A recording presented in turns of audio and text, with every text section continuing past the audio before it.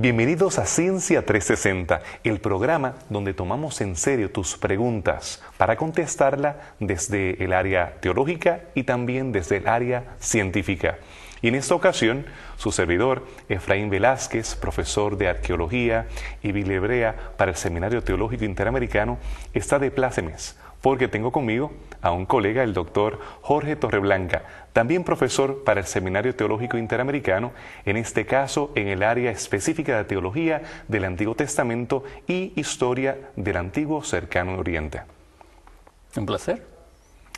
Nosotros, Jorge, hemos escuchado varios relatos acerca del origen del mundo, como escuchamos preguntas también acerca de ese origen. Y sabemos que no es nuevo.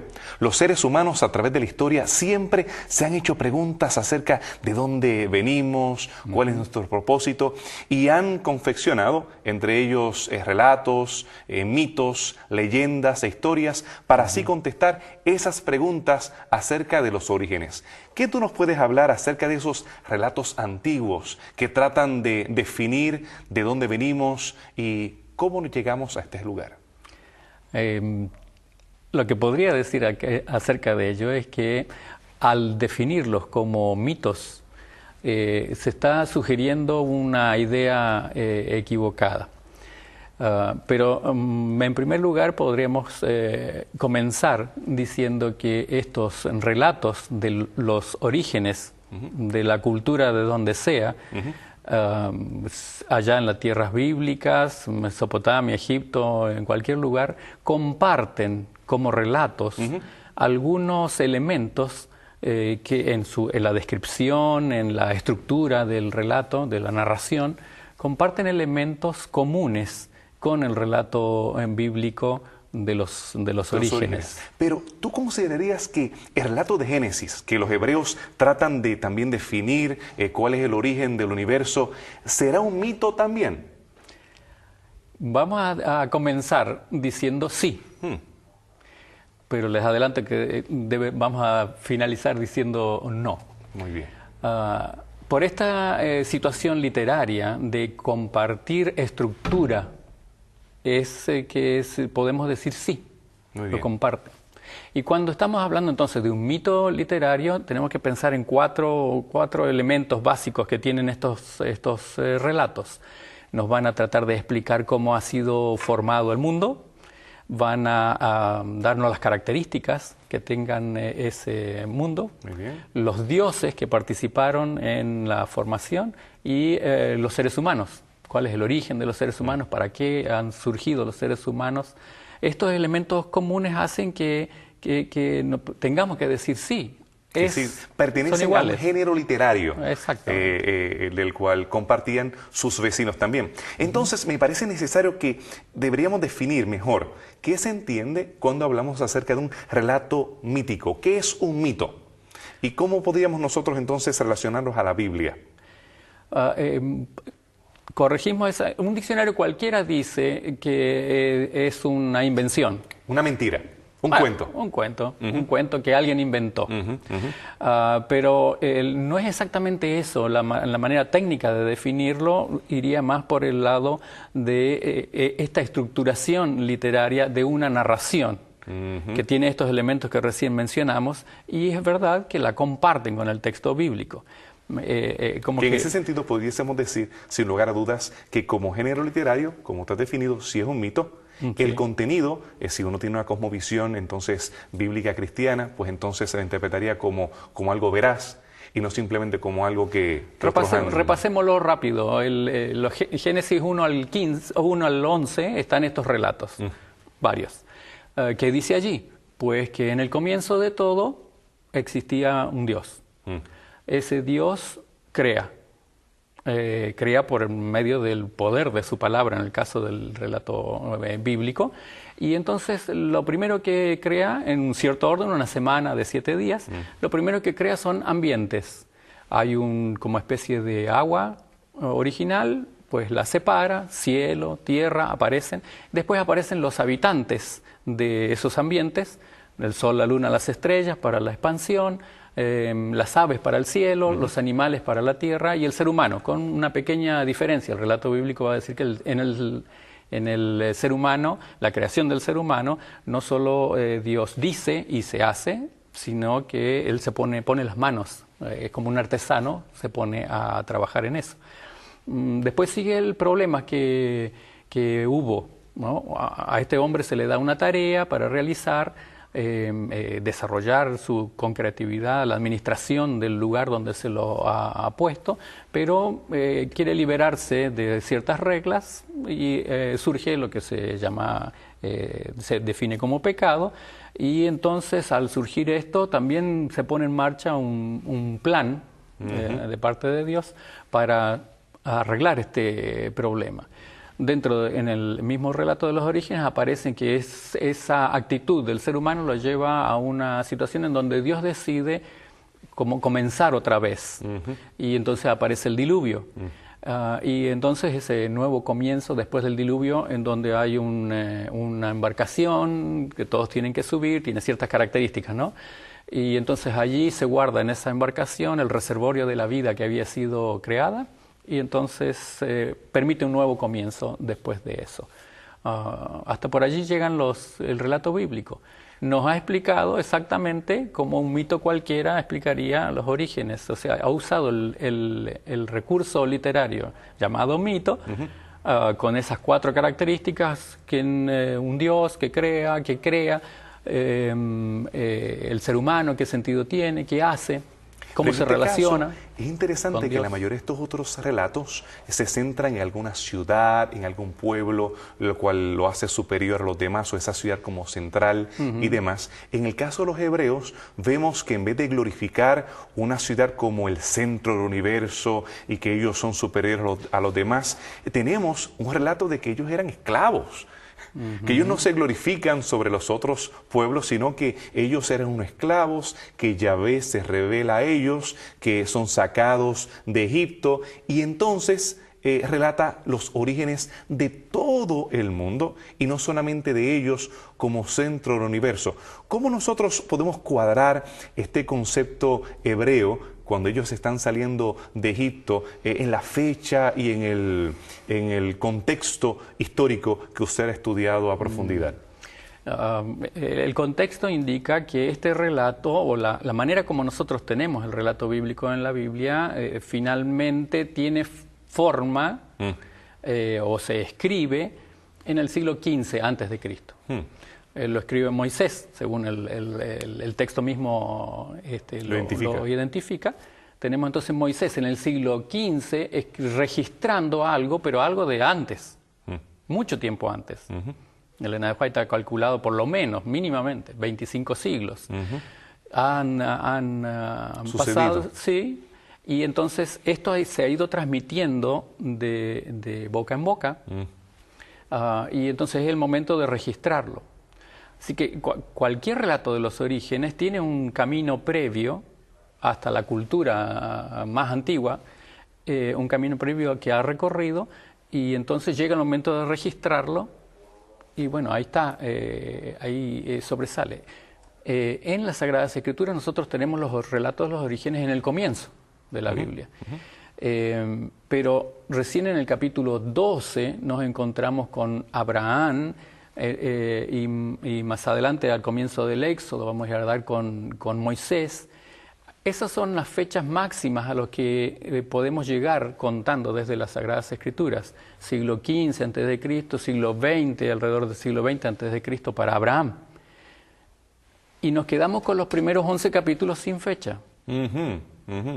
No tiene manera de comprobarlo. No. En una Biblia, la versión del rey Jacobo, King James, aparece una nota en Génesis 1:1, 4004 antes de Cristo para la creación. Es un error histórico. Realmente no tenemos manera de verificarlo. Desde el 11 para atrás. No, del 11 para atrás. Incluso cuando hablamos acerca de estudiosos del siglo XIX que utilizaban la versión del rey Jacobo, no vemos ese dogmatismo. En el caso de la señora White, que usted la citaba anteriormente, ella nunca trata de hacerlo de una manera dogmática de acerca de los 6.000 años, sino que habla acerca de este aproximado, acerca de este comienzo anterior. Y vemos que el relato de Génesis contrasta con lo que Moisés aprendió allá en Egipto. Él aprende acerca del comienzo basados en las ciudades principales que se encontraban allí, que tal vez nosotros podamos hablar de eso más adelante. Pero yo quisiera tal vez que usted me abundara en los relatos que se conocen acá en el Nuevo Mundo. Estos relatos, los cuales tal vez están más asociados nuestros televidentes en relación a las culturas del Caribe, Centroamérica y demás, que ellos tratan también de definir cómo es que llegaron los seres humanos a existir. Una consideración previa. Es cierto que tenemos nosotros relatos aquí. De gente que llegó al continente americano por alguna parte, ¿no? Por arriba, el estrecho de Bering congelado o a través del océano Atlántico, de alguna manera, se comenzó la vida acá el segundo milenio, más o menos al mismo tiempo que Abraham, Moisés está en Asia. Una consideración previa quería decir. Moisés en su época de formación universitaria, ahí en la corte egipcia, él tuvo que tener acceso a este tipo de relatos. La cultura egipcia data mucho tiempo antes y tiene sus propios relatos. La cultura mesopotámica también tenía relatos. Él debió haberlos conocido. Y al hacer su relato, resulta que tiene los mismos elementos. Eso nos va a dar la clave como para... O muchos dijeron que esto estaba copiando Moisés. Pero esto nos daría mejor la clave para hablar de una otra situación. Está usando el mismo estilo literario. Y en el contenido vamos a ver algunas diferencias. Y él contesta las preguntas que la gente se estaba haciendo en ese momento dado. Nosotros no podemos utilizar un marco de referencia moderno o modernista o posmoderno en este caso para tratar de imponerlo a preguntas que son actuales cuando tenemos preguntas de la antigüedad. Así que lo más sabio sería ver qué preguntas estaban haciendo los antiguos que le interesaba y Moisés precisamente trata de definir esas preguntas cuando hace el relato de Génesis. Para el pueblo ese que estaba recién organizándose en su tiempo, ¿no? Se estaba organizando Israel. Todos los estudiosos coinciden en la función que cumplen estos relatos. Son para darle identidad al pueblo, decirle a ese grupo, a esa comunidad, a ese grupo de gente, decirle de dónde ustedes vienen, quiénes son, qué es lo que estamos haciendo aquí, por qué es que vamos a salir de este lugar y vamos a ir a otro lugar, quién es el que está dando las órdenes y aconsejándonos. Es lo mismo, en cada cultura el relato de origen cumple la misma función. Y en este caso también Moisés le entrega a Israel un relato de los orígenes en donde ellos podrán del cual ellos podrán formar su propia identidad, como pueblo nosotros somos y para atrás, ¿no? Lo interesante del relato de Génesis es que el pueblo hebreo, en vez de centrarse en sí mismo, como los únicos, como los esenciales, como el epicentro de todo lo que está en el planeta, ellos presentan a Yahvé no como un Dios nacional, no presentan a Dios como un Dios de estas tribus, sino como el Dios de todos. A diferencia de Egipto, que tenemos un relato de Memphis, que la presenta como la ciudad principal, tenemos el relato de Tebas, la versión tebana, pues ahora el dios de Tebas, Amún, ahora es el dios principal. Anteriormente no era el dios principal. Y cuando más adelante vemos en Hielópolis, vemos también que entonces esta ciudad se convierte y su dios principal se convierte en el Dios creador, que tal vez algunos televidentes no entienden esa diferencia. En Egipto, cuando ellos comparan a los hebreos con los egipcios, dirían, pues, esta es la nación hebrea y está el concepto egipcio. No, el concepto egipcio no era monolítico. Tenemos estas ciudades-estado que, para empezar, tenemos el Alto Egipto y el Bajo Egipto, que tenían sus propios relatos. Y aparte de eso, tenemos que cada ciudad se presentaba así como la única, como el ombligo del universo, como que ellos eran los principales. Lo mismo vamos a notar en Mesopotamia. En Mesopotamia tenemos también relatos primordiales, estos relatos que ellos se presentan como la ciudad principal, que las ciudades que están a nuestro alrededor son dependientes de nosotros. No así en Génesis. Vemos que Yahvé, que el Dios bíblico, es el creador de todas las naciones. Esa tabla de naciones lo presenta con un origen común, sin tratar de enfatizar como uno superior a otros. No.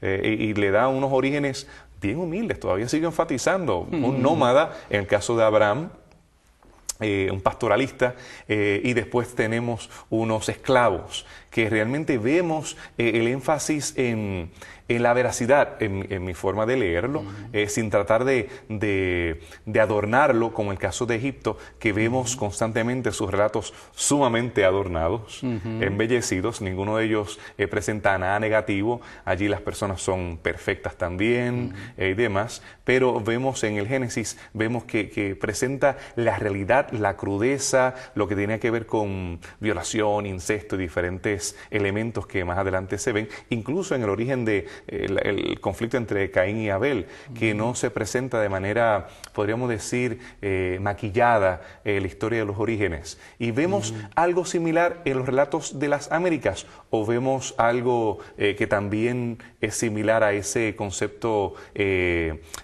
centrista para mi nación, también en los relatos de acá. Parece que sigue. Esta misma situación. El relato bíblico se diferencia enormemente en el contenido de lo que tenemos en nuestras culturas. Hablemos aquí de Centroamérica. Vamos a elegir 3. Estamos aquí en una zona caribeña en donde los primeros son los arahuacos taínos. Podemos mirar los aztecas, que son importantes en México, y después un poco más al sur, en Centroamérica, el sur de México, Guatemala, los más antiguos de todos, de los cuales tenemos registros, que son los mayas. Empecemos por acá cerca, con los taínos. Arrancan ellos desde lo que ahora es Venezuela, y entonces se van extendiendo, prefiriendo vivir por toda la zona de las islas, y le gusta más hasta Santo Domingo, hasta... ¿Cómo se llama la isla? La Española. La Española, Puerto Rico. Ellos se establecieron más bien en esta zona después de recorrer las demás islas.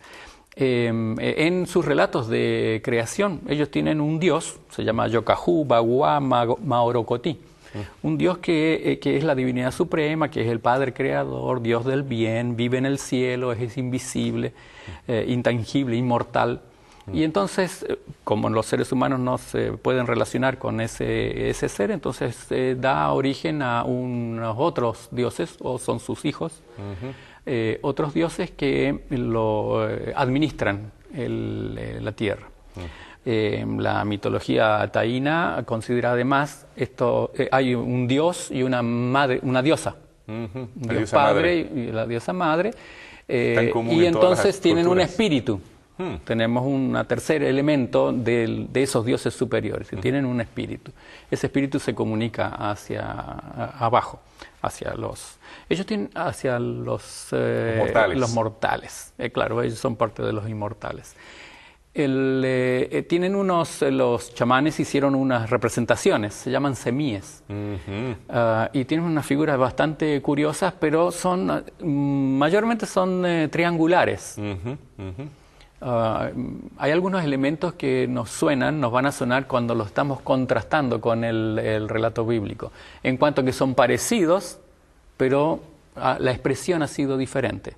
Pero sin embargo, esto de un Dios plural, por ejemplo, en el relato bíblico lo tenemos. Hagamos al hombre a nuestra imagen. Sí. Y entonces tenemos también en nuestro relato parece que no era suficiente solo un Dios. El nuestro es uno solo, pero se manifiesta de 3 maneras. Plural. El de ellos también. Esto es importante, es un detalle importante. Finalmente la figurita esa, el semí, va a ser el Señor, lo que la gente se refiere para tener contacto con Dios, pues a través del semí, que es el que adora, el que le pide cosas, todo eso, ¿no? Esos dioses de la casa, que era esa religión folclórica que se practicaba entonces. Uno de los administradores, una vez que hubo problemas entre los dioses, destruyó la creación, uno de los administradores de la creación, hijos de los dioses principales, destruyó la creación, por ejemplo, con una inundación grande. Y entonces, después de la inundación, pues hubo que comenzar otra vez. Es interesante que este nombre, el dios huracán, es la palabra que nosotros hemos adoptado a través de todos los países para referirnos a este fenómeno atmosférico de cambio de presión y el cual es tan destructivo. Así que esa palabra taína que se origina aquí en estas islas ha permeado y hasta el día de hoy, todavía cuando pensamos en el huracán o en el huracán, pues estamos pensando en esa deidad la cual traía destrucción. Los aztecas en México. Ellos desarrollaron bastante la astronomía, inventaron el calendario y una especie de reloj, una rueda grande que tiene cinco lugares principales en toda la explicación. Nos cuentan que ha habido 5 eras, 5 soles, eras de sol.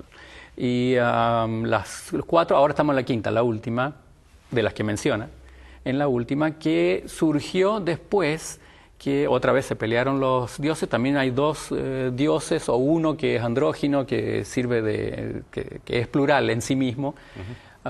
Una aplicación más de un dios uno, pero trino, o ¿plural? Diverso, plural, va a decir no trino solo, plural. Y entonces la última destrucción fue por una inundación también. Y tenemos las figuras en donde se muestra el dios derramando y inundando todo, ¿no? Creaciones del ser humano con tierra y paja, cuando los dioses crean al ser humano. Pero los crean para servirlos a ellos, para alimentar a los dioses, para que hagan el trabajo que los dioses tienen que hacer.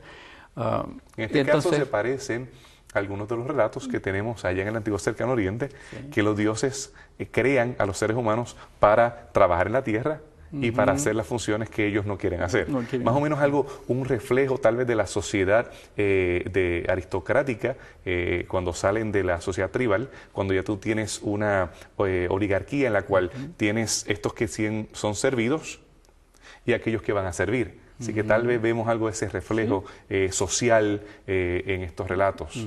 De esa manera tenemos relatos que se expresan de una manera semejante a los otros, pero diferente del relato bíblico, que tiene la misma forma de relato mítico, pero el contenido está dando otras señales.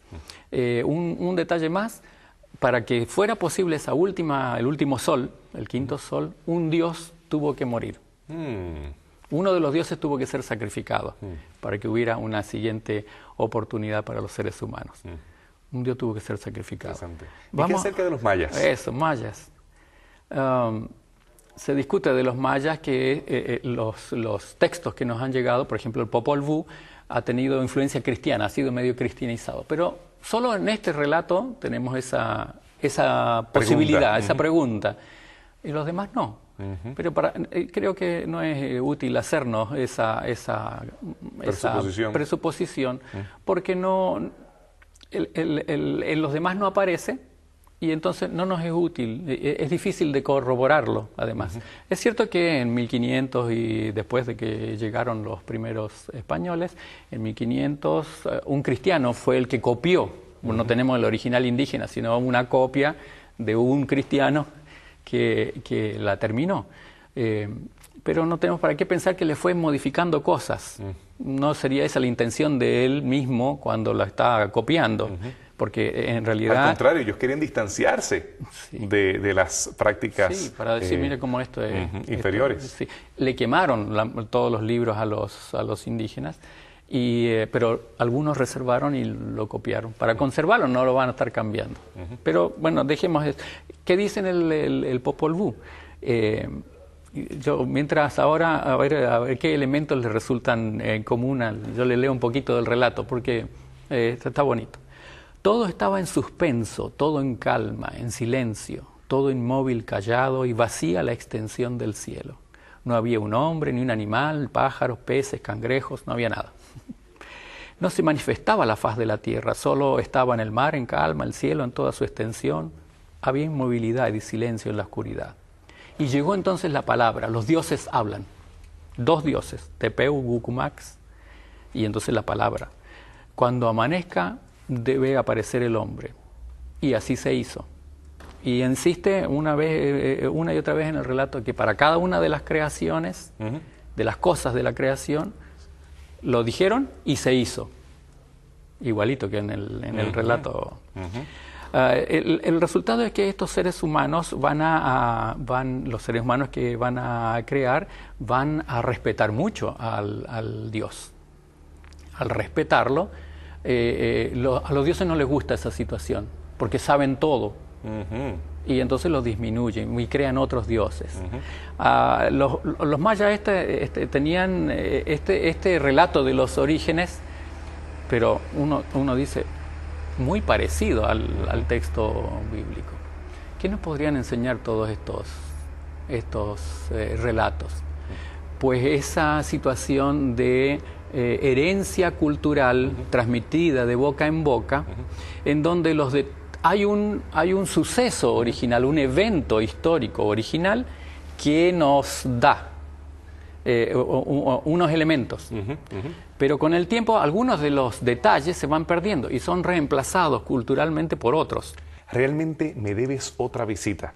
El tema ha sido fascinante y la forma en que hemos podido comparar el relato bíblico con estas otras culturas. Quiero subrayar el valor del texto bíblico ahora. Aunque en la forma mítica, literaria mítica, sin embargo, el contenido, el valor del relato está en que el Dios que nos presenta es realmente fabuloso, diferente. Al ser humano, nosotros mismos hemos sido creados con otro valor. Otro propósito. Otro propósito. Es realmente impresionante la diferencia que hay entre un relato y el otro. Esas preguntas entonces no son nuevas. Las hemos visto, las hemos escuchado a través de siglos, a través de milenios. Las respuestas que tenemos en la Biblia sí son diferentes, son particulares. Nos hablan acerca de destrucción, pero también nos hablan acerca de redención. Nos hablan acerca de un propósito especial. Nos hablan acerca del interés de la deidad en cada uno de nosotros. Muchas gracias.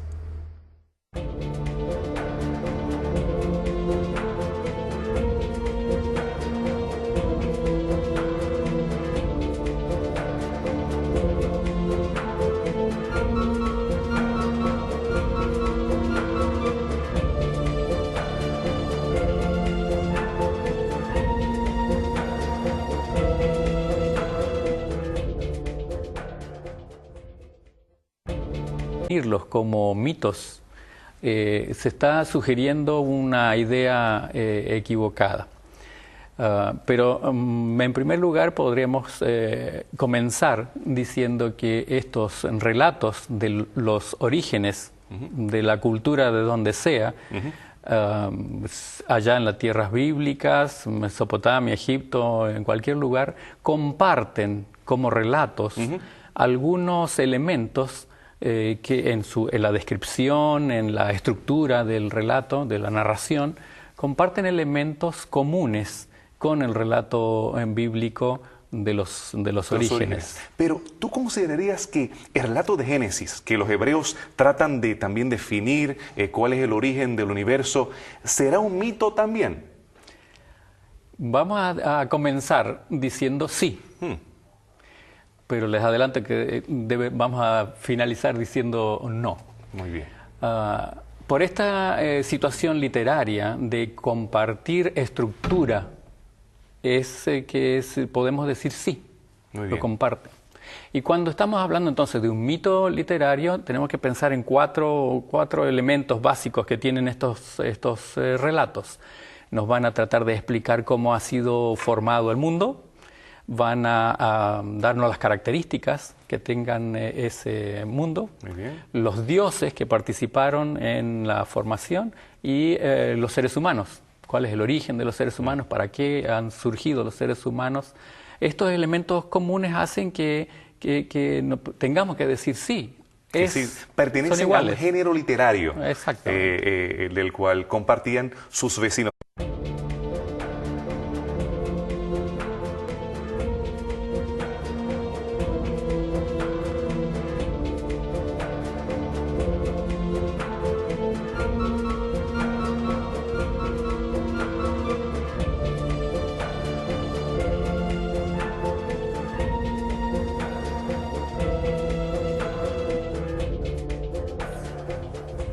Bienvenidos a Ciencia 360, el programa donde tomamos en serio tus preguntas para contestarla desde el área teológica y también desde el área científica. Y en esta ocasión, su servidor, Efraín Velázquez, profesor de Arqueología y Biblia Hebrea para el Seminario Teológico Interamericano, está de plácemes, porque tengo conmigo a un colega, el doctor Jorge Torreblanca, también profesor para el Seminario Teológico Interamericano, en este caso en el área específica de Teología del Antiguo Testamento y Historia del Antiguo Cercano Oriente. Un placer. Nosotros, Jorge, hemos escuchado varios relatos acerca del origen del mundo. Como escuchamos preguntas también acerca de ese origen. Y sabemos que no es nuevo.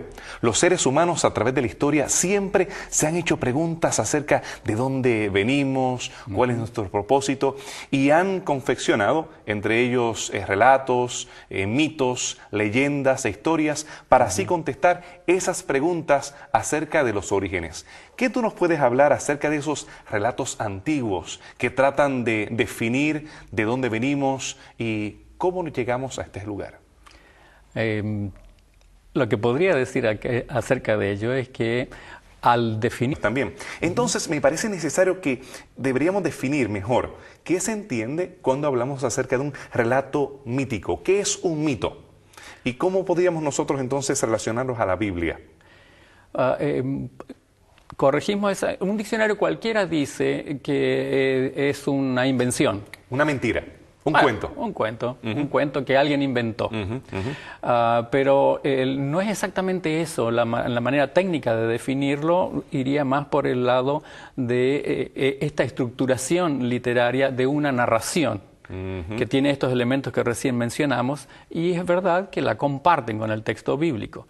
En ese sentido pudiésemos decir, sin lugar a dudas, que como género literario, como está definido, sí es un mito. El contenido, si uno tiene una cosmovisión entonces bíblica cristiana, pues entonces se interpretaría como